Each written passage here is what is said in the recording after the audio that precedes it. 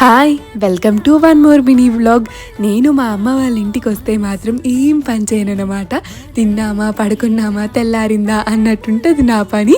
What I eat in day at అమ్మాస్ house చూసేసేయండి. మార్నింగే మంచిగా పులిహోర చేస్తే తినేసాను. అండ్ ఆఫ్టర్నూన్ కోసం అని చెప్పి అమ్మ అండ్ చెల్లి కలిసి చికెన్ దమ్ బిర్యానీ ప్రిపేర్ చేశారు. నేను చిన్నగా ఉన్నప్పటి నుండి కూడా సేమ్ ప్రాసెస్లో చేస్తుంది మా అమ్మ.